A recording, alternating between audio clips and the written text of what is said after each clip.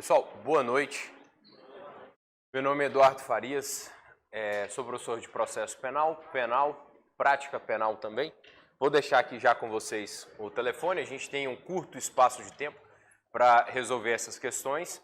A prova está aí já bem próxima de vocês e às vezes rezar antes da morte ajuda. Então, se eventualmente surgir alguma dúvida e você quiser um auxílio, mande mensagem. Quando você me mandar mensagem, eu vou te pedir duas coisas. A primeira delas é fé. Fé é a certeza das coisas que você não vê e convicção de um fato que você espera. Eu vou te responder? Vou. Quando? Tenha fé. Tua pergunta com certeza vai ser respondida e antes da prova. Estou mantendo um bom nível na questão da devolutiva no meu WhatsApp, mas às vezes é um desafio para mim. Ao contrário de vocês que buscam uma vida de luxo e riqueza no funcionalismo público, eu segui pela iniciativa privada. Então, meus clientes não têm horário para mandar mensagem, eles não têm limite também nenhum, então, às vezes fica bem difícil em relação a isso. Áudios de 8, 10, 12 minutos, né, podcasts. Né, eu estou agradecendo muito a Deus por aquela função de acelerar o áudio. Às vezes eu nem entendo, mas eu finjo que entendo e respondo. E aí eu vou te responder antes da prova, beleza? Ao longo da nossa aula aqui, se você tiver qualquer dúvida, por favor, me interrompa, não leve a dúvida para casa. Inclusive, um colega já até antecipou uma questão bastante interessante, eu não lembro se tem na lista de exercício, então vou adiantar, vou estender, nem estou enxergando ele mais daqui, mas está ali. Mas a pergunta é muito pertinente. Falou assim, professor, agora não cabe mais preventiva de ofício. Prendi em flagrante. Cabe preventiva de ofício depois da lei 13.964? Não. E antes? Antes também não cabia, porque preventiva só podia ser decretada na fase da investigação se houvesse a provocação do juízo. Então, ou o Ministério Público tinha que requerer, ou o querelante, ou eventualmente a autoridade policial lavrava o auto de prisão em flagrante e já fazia a representação da preventiva e mandava tudo para o juízo. Aí ele podia decretar a preventiva. Então, mesmo para quem for fazer a prova de escrivão, já fica essa observação. Na fase da investigação, a preventiva só pode ser decretada se houver provocação. Por outro lado, na fase da persecução penal, antes era possível a decretação da preventiva de ofício, hoje não mais. Bom, dito isso, vamos dar uma olhada aí nessas questões que nós temos. De acordo com a doutrina e a jurisprudência pátria, são inadmissíveis, em qualquer hipótese, provas ilícitas ou ilegítimas no processo penal brasileiro. A questão, ela parece que está verdadeira, só que ela está errada. E aí, um detalhe traz o erro dela, é se em qualquer hipótese. Em qualquer hipótese, não, porque eu posso utilizar uma prova ilícita para benefício do réu, seja para absolvição, seja para exclusão de uma qualificadora, afastamento de uma causa de aumento de pena. Então, a prova ilícita, ela tem algum tipo de serventia? Sim, para beneficiar o réu. Regra geral, se só tivesse assim, tirando essa em qualquer hipótese, elas são inadmissíveis, estaria certo. O problema é o em qualquer hipótese. Uma disposição constitucional acerca do processo penal, essa é a primeira questão. 2. O indivíduo que for preso em flagrante, devido à prática de crime inafiançável, terá direito à concessão de liberdade provisória. Oi? Não terá. Era só para ver se vocês estavam atentos. O indivíduo que for preso em flagrante, devido à prática de crime inafiançável, não terá direito à concessão de liberdade provisória, devendo permanecer preso durante o inquérito e a ação penal. Tal vedação não caracteriza a violação do princípio da inocência, visto que o flagrante por si só tem força coativa. Analisando de trás para frente, a prisão preventiva viola o princípio da inocência? Os tribunais se manifestaram no sentido de que não. A prisão preventiva, ela tem uma função de acautelar, uma função assecuratória. Então, a preventiva, ela visa proteger o processo penal. Não só o processo, como o inquérito policial, a persecução penal como um todo. Então, o fato de alguém ser preso preventivamente, eu não antecipo culpa, eu não antecipo o cumprimento da pena. Inclusive, é essa a disposição lá do parágrafo 2º do artigo 312, né, que vai falar que a prisão preventiva não pode ter essa finalidade de antecipação de cumprimento de pena. Depois ainda fala para nós que o flagrante por si só tem força coativa. Lá, o flagrante tem força coativa, o que ele quer dizer com isso? Quer dizer, eu preciso de um mandado para prender alguém em flagrante? Não, não faz nem sentido. Tu, polícia, tá lá vendo o flagrante acontecer. Vai lá no juiz, para pedir um mandado para voltar, cara, não vai encontrar nem o corpo da vítima mais. Então não faz sentido isso. O flagrante é a única modalidade de prisão que nós temos que o controle jurisdicional ele é posterior à prisão. Todas as outras, primeiro o juiz se manifesta e depois acontece a prisão. Mas o flagrante não. O flagrante ele tem um controle jurisdicional posterior à prisão. E aí lá no início da questão fala que o crime inafiançável não tem direito à concessão de liberdade provisória. Errado. Uma coisa é o crime ser inafiançável e outra coisa é não caber liberdade provisória. Até mesmo porque liberdade é regra no ordenamento jurídico. Então, se não cabe fiança, significa dizer que só não cabe a cautelar diversa da prisão, fiança. Né? Artigo 319, inciso 9º, salvo engano, do Código de Processo Penal. Mas o juiz vai poder conceder liberdade provisória mediante outras cautelares? Sim.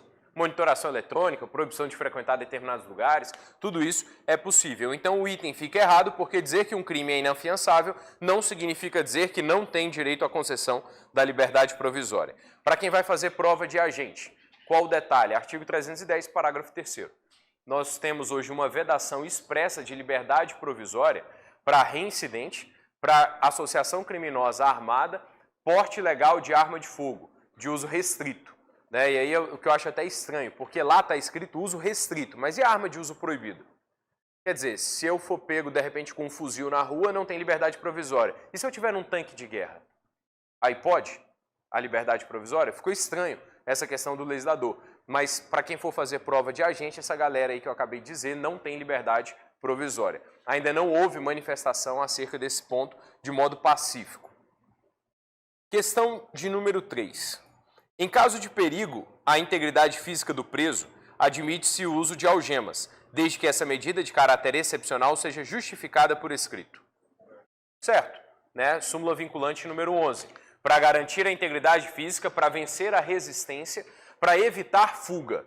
E aí a garantia da integridade física não é só do preso, mas pode ser de você, policial, também. O cara está lá dizendo que vai agredir, que vai te bater, você algema ele e acaba com a conversa. Então, item correto, súmula vinculante 11. E aí, só no finalzinho, justificada por escrito? Sim, o uso das algemas precisa ser fundamentado. 4. José foi indiciado em inquérito policial por crime de contrabando e, devidamente intimado, compareceu perante a autoridade policial para interrogatório. Ao ser indagado a respeito de seus dados qualificativos para o preenchimento da primeira parte do interrogatório, José arguiu o direito ao silêncio, nada respondendo. Nessa situação, cabe à autoridade policial alertar José de que a recusa em prestar as informações solicitadas acarreta responsabilidade penal, porque a lei é taxativa quanto à obrigatoriedade da qualificação do acusado. Certo. O interrogatório ele é dividido em dois momentos. Nós temos o interrogatório fato e o interrogatório qualificação. A qualificação acontece, inclusive, primeiro. Aqui ele não tem direito de mentir, aqui ele não tem direito ao silêncio e nem direito à não autoincriminação, porque aqui é só para ele dizer quem ele é. Então, dados como nome completo, CPF, RG, residência, filho de quem, tudo isso precisa estar escrito dentro do interrogatório dele. E caso ele se recuse a dar essas informações, nós temos o crime de desobediência. E se ele der informações falsas, é o crime de falsa identidade, artigo 307 do Código Penal. Já no interrogatório fato, aqui ele pode ficar em silêncio, e aí esse silêncio pode ser total e pode ser também parcial. O investigado ou acusado ele tem direito de responder somente as perguntas que ele entender que são pertinentes. Ou, eventualmente, ele pode mentir. Sobre os fatos, ele tem direito a mentir? Sim, em razão do princípio da não autoincriminação, nemo tenetur sed tegere, além de ser inato ao ser humano a mentira. Então, nesse ponto, qual a restrição que ele tem? Mentir imputando o fato à pessoa que ele sabe ser inocente. Porque se ele imputa o fato à pessoa que ele sabe ser inocente, artigo 138 do Código Penal para ele, um crime contra a honra, o crime de calúnia. E aí pratica uma outra infração. Agora, tirando essa restrição, não há nenhum problema. Inclusive, se ele inventa, o que é muito comum, principalmente em crime de receptação, encontrou o carro com um cara. Fala, beleza, você comprou o carro de quem? Eu comprei o carro sei lá, Fumaça. E aí quem é o Fumaça? Ele vai falar que foi um cara que ele encontrou um dia numa feira do rolo e aí ele comprou o carro, o cara falou que era ágil vencido. É sempre essa a justificativa, porque ele não quer dar a informação do verdadeiro fornecedor. Praticou crime? Não, porque o Fumaça sequer ele existe. Então, nesse caso, ele pode mentir à vontade. O item, portanto, ele está correto, porque, de fato, na qualificação ele é obrigado a falar, ele não pode se recusar. 5. Considerando por hipótese que, devido ao fato de estar sendo investigado pela prática de latrocínio, José tenha contratado um advogado para acompanhar as investigações. Julgue os itens. Embora um inquérito policial seja procedimento sigiloso, será assegurado ao advogado de José o acesso aos autos. Certo. Aqui está de um modo mais genérico. Se estivesse falando a todos os procedimentos investigativos, inclusive os em andamento, aí o item estaria errado, porque a súmula vinculante 14, ela é expressa ao falar que são os elementos que já estão documentados. Especialmente porque se você está investigando, a diligência está em curso e você dá acesso disso ao advogado, é natural que haja frustração da investigação. Então a súmula ela vem no limite que é perfeito. E aqui essa questão ainda traz um outro ponto, que são características do inquérito policial. E aí tem um mnemônico que nos ajuda a lembrar das características do inquérito policial. O IAI idoso.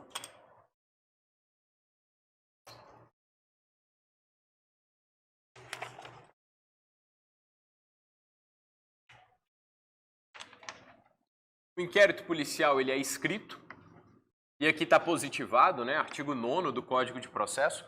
Vou só pedir a liberdade para vocês, para eu não indicar, quando for do Código de Processo Penal, para eu não indicar o código. E aí, quando for de outro dispositivo, eu aviso, eu faço a inscrição. Aí, artigo 9º, então, escrito, todos os atos investigativos serão reduzidos a termo, rubricados pelo escrivão e assinados também pela autoridade policial. A próxima característica, autoritariedade.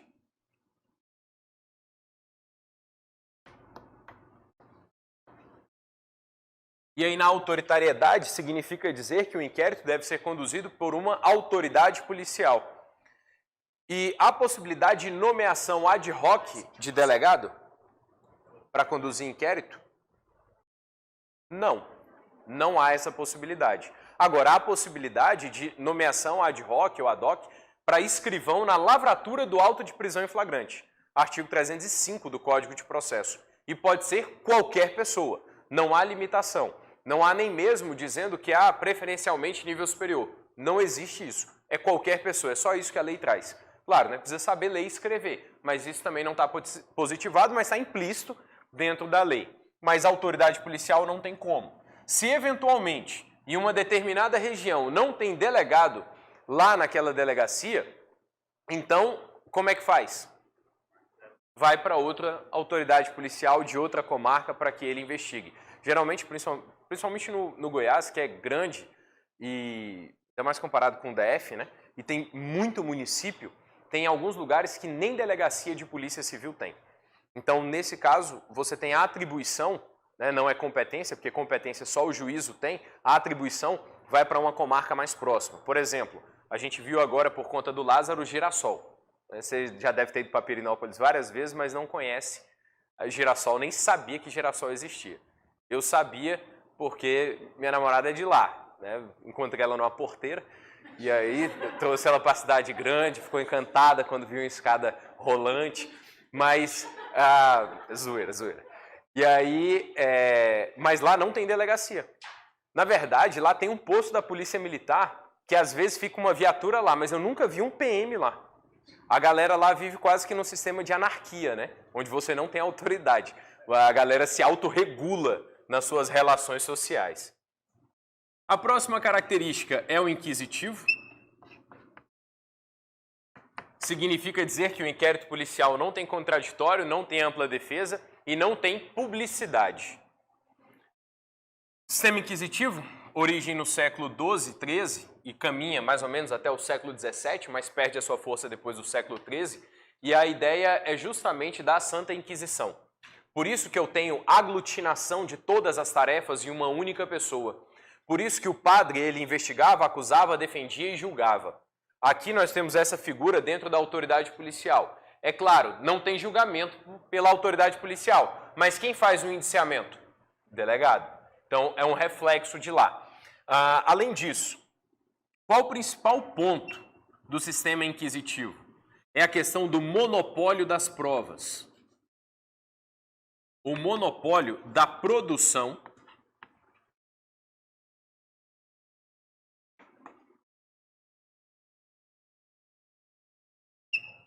das provas. Esse é o principal ponto que diferencia o sistema inquisitivo do sistema acusatório. Sistema acusatório diametralmente oposto ao sistema inquisitivo. Então, no sistema acusatório eu tenho publicidade, ampla defesa e contraditório. Mas quem é que produz a prova no sistema acusatório? As partes. E aí, lá na prova do CESP, se te perguntar qual o sistema que nós adotamos, a Suprema Banca entende que é o sistema acusatório. Mas se você tiver lido na doutrina, a doutrina majoritária diz que é um sistema acusatório, mas ele é chamado de impuro. Alguns doutrinadores chamam de mitigado. Chegam até a dizer de sistema acusatório profano. Isso porque no Brasil o juiz ele tem também possibilidade de produção de prova. Se, por exemplo, as testemunhas elas mencionam uma outra pessoa que teria visto o fato, mas que não foi arrolada pelas partes e eventualmente nem se tinha conhecimento dela, o juiz pode intimar aquela testemunha. Então, por isso que a doutrina diz que o nosso sistema acusatório ele não é puro. Mas no CESP, pode marcar que o sistema adotado no Brasil é o sistema acusatório. Porque o CESP entende que a produção das provas está na mão das partes e não na mão do juiz. E aí, veja, a autoridade policial é ele quem corre atrás das provas. As partes, não dá para dizer parte, mas investigado e vítima podem fazer requerimento para que a autoridade policial realize uma diligência? Podem. Mas a autoridade policial é obrigada a cumprir o que está na petição? Não. Até por conta de uma outra característica. Essa daqui, a discricionariedade. Já a gente fala dela. O inquérito policial ainda é indisponível. E essa característica ela está marcada lá no artigo 17. Significa dizer que a autoridade policial, uma vez instaurado o inquérito, ele tem que concluir as investigações. Mas imagine, por exemplo, que você começou a apurar um fato e aí você achava que era um roubo. Começou a investigar, viu que era um furto. Se fosse roubo, não tinha dado prescrição. Mas como era furto, o prazo prescricional, ele transcorreu. E agora você sabe que não adianta mais investigar porque houve extinção da punibilidade. E mesmo que você comprove a autoria e materialidade de todos os elementos do crime, fato típico, ilícito e culpável, essa persecução penal ela não vai poder ser deflagrada. Ainda que o Ministério Público ofereça denúncia, o juiz vai absolver sumariamente. Porque não tem mais ius puniendi por parte do Estado. Você vai ao delegado, vai conversar com ele, trocar uma ideia e ele vai fazer um relatório. Fazendo um relatório, explicando tudo isso e encaminhando os autos para o juízo. Mas ele não vai poder arquivar os autos de inquérito policial. O que você não pode confundir é, registro de ocorrência pode ser sobrestado ou até mesmo arquivado? Sim. Porque quando alguém noticia um fato à autoridade policial, o delegado vai fazer uma análise técnico-jurídica daquilo que foi narrado para ele e ver se aquele fato que foi narrado corresponde a algum tipo penal descrito na lei como infração. E tão somente se houver correspondência entre a narrativa e o dispositivo legal é que ele vai instaurar a investigação. Do contrário, ele vai sobrestar ou ele vai arquivar. Então, o boletim de ocorrência não há problema em ser sobrestado ou arquivado, mas o inquérito policial, uma vez instaurado, ele tem que ser levado até a sua conclusão. E você não pode confundir indisponibilidade com dispensabilidade. O inquérito policial, ele é dispensável. O prefixo das palavras é diferente.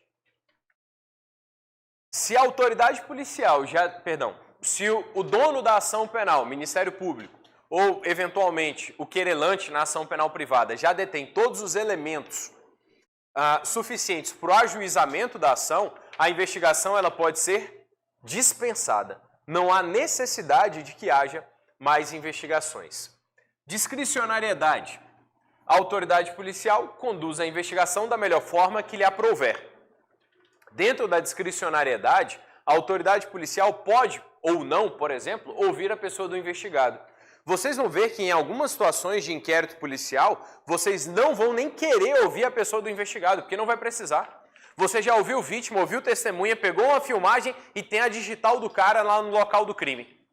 Para que você vai ouvir ele? É melhor você concluir um inquérito, melhor para a tua ficha, melhor para a delegacia. Então, você encerra a investigação sem ouvir um indiciado. Embora, lá no artigo 6º, esteja dizendo que uma das providências é a oitiva do investigado, mas ela não é imprescindível, justamente por conta da discricionariedade. Nós temos uma exceção aqui. A exceção é a do artigo 158 do Código de Processo Penal, quando o crime for não transeunte. Quer dizer, é um crime que deixa vestígio.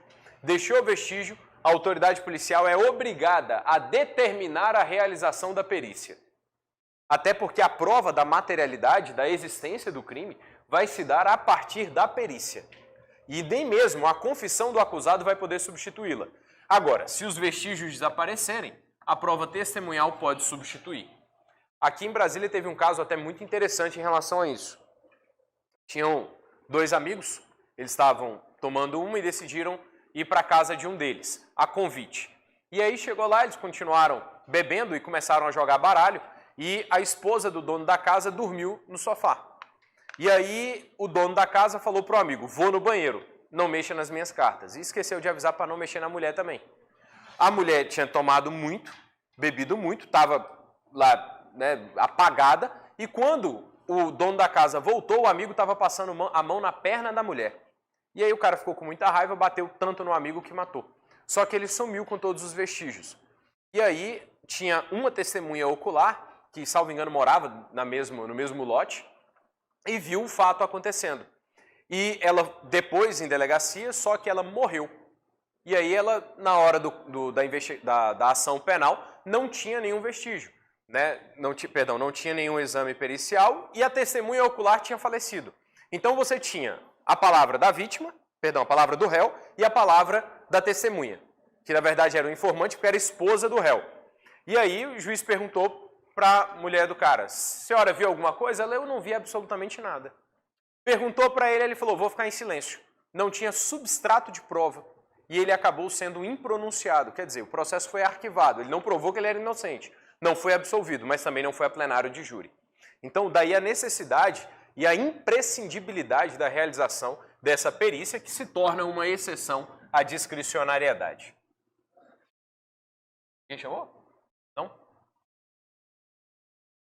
Próxima característica, oficialidade, porque a investigação fica a cargo de um órgão oficial do Estado. No caso, a Polícia Judiciária, Polícia Civil ou Polícia Federal.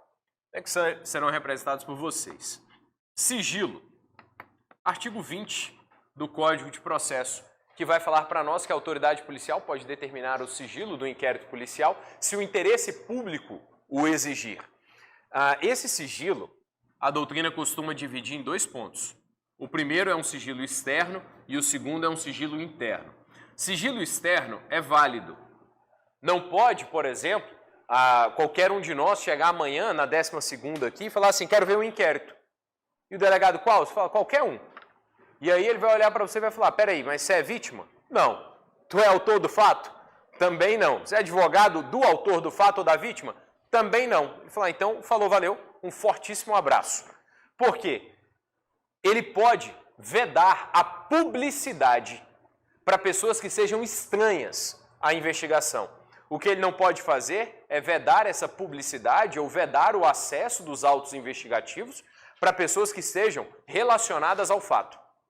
E aqui, como nós já vimos, inclusive a súmula vinculante número 14, fazendo a restrição exclusivamente dos atos investigativos que já estejam documentados. Por último, oficiosidade. Como regra, a autoridade policial vai agir de ofício. Não há necessidade que ela seja provocada para instaurar um inquérito policial. Qual a única, aliás, duas exceções para isso? Artigo 5º, parágrafo 4º e parágrafo 5º. Se o crime é de ação penal pública condicionada à representação, então há a necessidade da representação para a instauração do inquérito policial. E o mesmo acontece em ação penal privada. Só que aí nós não chamaremos de representação, chamaremos de requerimento. Esses dois pontos. Por exemplo, chega lá uma guarnição da Polícia Militar no plantão, no teu plantão, de preferência no teu primeiro plantão. Está levando dois vizinhos e um ameaçou o outro. E aí o vizinho ameaçado olha para você e fala assim, eu não quero registrar a ocorrência. Eu não tenho interesse nenhum em ver ele processado. Você vai olhar para os dois e vai falar assim, então valeu aí o passeio que vocês fizeram na viatura, mas voltem para casa. Porque não vai poder ser deflagrada a persecução penal. Mesmo em circunstância flagrancial? Sim. Agora, essa vedação de instauração de inquérito policial não te desobriga a atuar no momento em que o flagrante está acontecendo. Lesão corporal de natureza leve, fora do âmbito da Lei Maria da Penha. Lá pelo artigo 88 da Lei 9.099, é crime de ação pública condicionada à representação. Então você está andando na rua, você foi comprar pão num dia de domingo de manhã, e aí você vê duas pessoas lá discutindo e uma parte para cima da outra e dá um soco. Você é obrigado a intervir? Sim. Você é obrigado a intervir, mesmo no teu dia de folga. Agora, se não quiser ter representação, se a vítima não quiser representar, aí acaba a tua esfera de atuação. Mas até lá você precisa intervir a fim de pacificar a relação entre os dois e até mesmo explicar essa questão da representação. Oi. Na Lei Maria da Penha não tem possibilidade de aplicação da Lei 9.099. Então, a lesão corporal de natureza leve, ela volta a ser ação pública incondicionada. É assim, a Lei 11.340, ela impede a aplicação da Lei 9.099. E é a 9.099 que diz que a lesão corporal de natureza leve só se procede mediante representação. Então, como ela não pode ser aplicada, a gente volta para a regra comum, para a regra geral. Agora, cuidado com questões de prova que digam assim, que em âmbito da Lei Maria da Penha não é cabível representação. Isso é uma falácia, isso é uma mentira. Porque se o crime for de ameaça, de invasão de dispositivo informático, são crimes que só se procedem mediante representação. Então vai haver necessariamente a necessidade da vítima ir à delegacia e fazer a representação. Inclusive a retratação, ela se dá em momentos distintos, quando eu tenho Lei Maria da Penha. O artigo 25 do Código de Processo diz que eu posso retratar de uma representação até o oferecimento da denúncia. Mas a Lei 11.340 diz que eu posso me retratar até o recebimento da denúncia. Isso porque a retratação lá, ela se dá em juízo, na presença do juiz e do MP. A gente estava na questão 6, né? Na 5, a gente viu que embora o IP seja um procedimento sigiloso, será assegurado ao advogado de uso o acesso aos autos. Beleza, item correto. 6. A falta de advertência sobre o direito ao silêncio não conduz à anulação automática do interrogatório ou depoimento, devendo ser analisadas as demais circunstâncias do caso concreto para se verificar se houve ou não constrangimento ilegal. Certo. Até porque o processo penal a gente importa, erroneamente, muita coisa do processo civil. Lá no civil tem um princípio chamado de pas de nullité sans grief. É um princípio de origem francesa que diz o seguinte, não há nulidade se não houve prejuízo. Então, para eu poder anular um determinado ato processual, eu preciso necessariamente de que haja prejuízo para uma das partes. Se não há prejuízo, eu passo pela instrumentalidade das formas. Ou seja, não interessa como eu fiz, interessa o ato que eu consegui realizar, interessa a substância para mim. 7. Tratando-se de lei processual penal, não se admite, salvo para beneficiar o réu, a aplicação analógica. Errado. Né? A analogia no processo penal ela pode ser aplicada indistintamente, tanto em benefício quanto em prejuízo. Inclusive, em crimes de ação penal pública condicionada, se nós não temos a vítima mais entre nós, porque por algum motivo ela está impossibilitada de fazer a representação, o artigo 24, parágrafo 2º do Código de Processo, nos diz que o CAD pode fazer a representação por ela. É o cônjuge, ascendente, descendente e irmão. Quem mais que a doutrina e a jurisprudência dizem que pode? O companheiro. Só que o companheiro não é cônjuge, porque cônjuge é um instituto próprio do casamento. Só que a Constituição colocou no mesmo status casamento e união estável. Então o companheiro passa a ter os mesmos direitos. Só que isso no processo penal. No direito penal, no direito substantivo, isso não é possível. Por exemplo, nós temos o crime de bigamia. Artigo 235, eu acho, do Código Penal. Lá diz que uma pessoa sendo casada, ela contrai novo casamento. O que significa dizer que uma pessoa casada que contraia uma união estável não pratica bigamia. Porque lá a analogia não pode ser utilizada para prejuízo do réu. Mas no processo penal, aí é diferente, nas nossas disposições. Inclusive, se você quiser até marcar aí na tua folha de exercício, o artigo 3º do Código de Processo fala isso. O direito processual penal admitirá a interpretação analógica extensiva e os suplementos gerais dos princípios de direito. Então eu posso utilizar até princípios do direito civil para aplicar dentro do processo penal. 8. A lei processual penal tem aplicação imediata, razão porque os atos processuais já praticados devem ser refeitos de acordo com a legislação que entrou em vigor. Cara, ainda que você não tivesse aberto o Código de Processo Penal e tido nenhuma aula, essa questão aqui ela não faz o menor sentido. Você imagina um processo penal que demorou 10 anos para chegar ao STF. Aí quando chega ao STF, nós temos uma mudança na lei que altera alguma coisa lá na instrução processual, na colheita de provas em primeira instância. Caramba, aí o STF vai ter que mandar esse processo lá da Suprema Corte para a primeira instância para realizar o ato novamente, para depois ir subindo para segunda instância e tribunais superiores. Não faz sentido. E aqui a resposta está no artigo 2º do Código de Processo. Porque a gente tem em relação à aplicação da lei processual penal no tempo, um princípio chamado de tempus rege ato. O tempo rege o ato. Na hora que eu vou realizar um ato processual ou um ato procedimental, eu preciso analisar exclusivamente a lei que está vigendo quando da realização daquele ato. Somente isso. E a nova lei processual que entra em vigência, ela começa desde logo a produzir os seus efeitos. Porém, todos os atos processuais já realizados eu considero válido, salvo se, de acordo com a lei revogada, houve alguma nulidade. Aí eu vou realizar novamente aquele ato processual. Porém, eu vou realizar novamente o ato processual. E aí qual lei eu vou aplicar? A lei que estiver vigendo na época do fato. Então, só detalhe para você ficar atento. Então, questão 8, errada. Questão 9. O direito ao silêncio consiste na garantia de um indiciado permanecer calado e de tal conduta não ser considerada confissão, cabendo ao delegado informá-lo desse direito durante sua oitiva no IP. Certo. O silêncio, ele favorece ou prejudica o réu? Nada. No processo penal, o silêncio ele significa neutralidade. Nem sim, nem não. 10.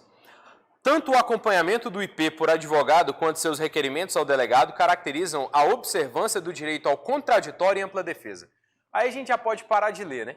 Porque sistema inquisitivo não tem ampla defesa e nem contraditório. Então, o fato do advogado acompanhar o cliente dele no inquérito policial não significa dizer que é uma manifestação plena de contraditório e ampla defesa. É apenas uma prerrogativa do advogado e um direito do cliente. Aliás, de qualquer pessoa de se fazer acompanhar de advogado. Só isso. 11. Como o sistema processual penal brasileiro assegura ao investigado o direito de não produzir provas contra si mesmo, a ele é conferida a faculdade de não participar de alguns atos investigativos. Até aqui, correto.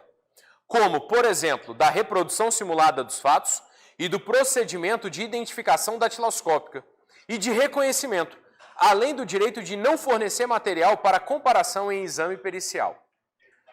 Errado.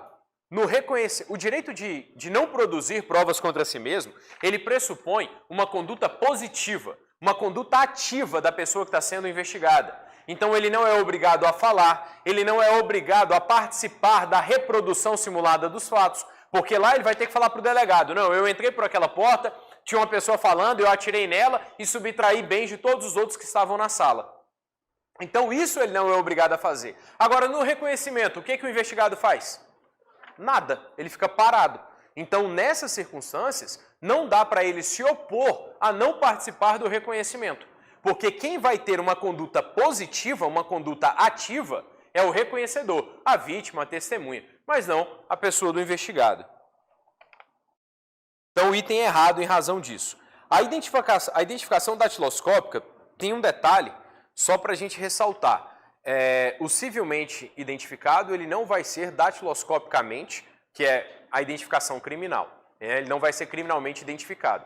Agora, tu levou o cara para a delegacia. Vai que acontece igual aconteceu na 12ª. O cara deu 7 nomes diferentes com 7 CPFs diferentes. E nenhum dos 7 era do cara. Meu irmão, como é que você vai fazer? Eu vou dar uns tapas nele. Não, assim não, senão depois você vai precisar de mim.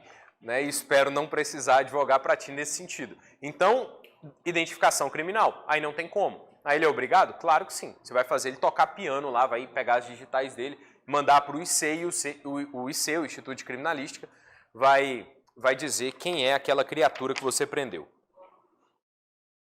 12. Maurício foi processado pelo delito de latrocínio e respondeu ao processo em liberdade. Ao final ele foi condenado, mas lhe foi concedido o direito de recorrer em liberdade. Maurício aguarda o julgamento de recurso extraordinário pelo STF. Nessa situação, conforme o entendimento do próprio STF e do STJ, ofenderia o princípio da não culpabilidade a execução da pena privativa de liberdade antes do trânsito em julgado da sentença condenatória. Claro?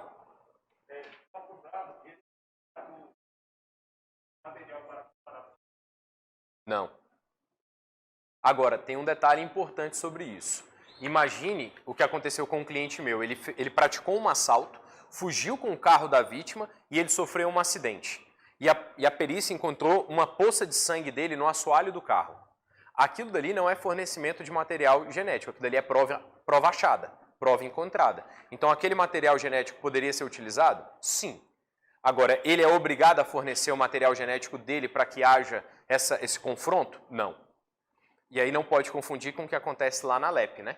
Que a pessoa, depois de condenada por crime contra a liberdade sexual, por exemplo, que ele é obrigado a fornecer material genético para colocar no banco de dados público. Isso aí o STF entendeu que pode. Agora, na investigação, ele não é obrigado a fornecer o material genético. Você lembra do caso do Pedrinho? O delegado conseguiu material genético, mas ele foi extremamente inteligente. A mulher que estava sendo investigada, eu não lembro o nome dela, pediu para fumar, porque ela estava muito nervosa. E aí, bicho, eu nunca vi ninguém fumando dentro de uma delegacia, mas o delegado falou, pode fumar. E aí ela foi lá, acendeu o cigarro e ela deixou a pituca de cigarro em cima da mesa do delegado e ele forneceu copos de vidro, salvo engano de vidro, tanto para a mãe quanto para outra filha, que ele tinha suspeita que ela também havia sido subtraída quando recém-nascida.